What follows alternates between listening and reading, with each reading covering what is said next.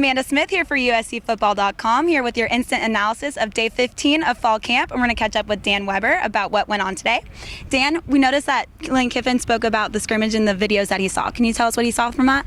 Well, I think he saw, playing off today, he saw an offense that came out ready to play, probably had the best day of the year after an offense that kind of really was out of sorts yesterday at the Coliseum.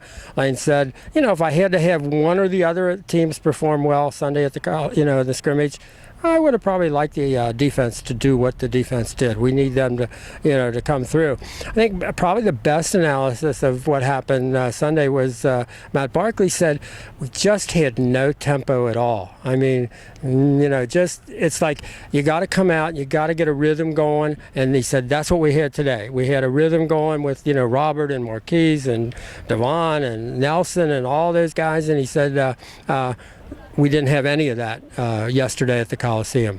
You just mentioned Nelson Aguilar's name. We were able to talk to him with the media today for the first time. What did you hear from him? Hey, he doesn't sound like a freshman. Starting off with just, some of the basic things. He said, for example, Nelson's kind of gives you that little bit of a thinnish look, 6'1", 180 plus or so when he came in. He said he's put on 10 pounds. He's 193. He said he's really handled his weight well. He talked about, he would have been willing to play running back. My job was to come here and help this team. But then when we get into talking to him about, wide receiver in that third spot and competing for it, he said, I'm here to help these guys out, but I'm also Nelson Aguilar, and I'm here to compete for a spot. So kind of really hit it very well. I think he handles himself exceptionally well. Another freshman we got to talk to was Max Turek. What were your first impressions of him? Well, Max is, talking about, when they gave him number 75, he refuses to say that meant anything. He said, I think it was a coincidence. They had a tackle number.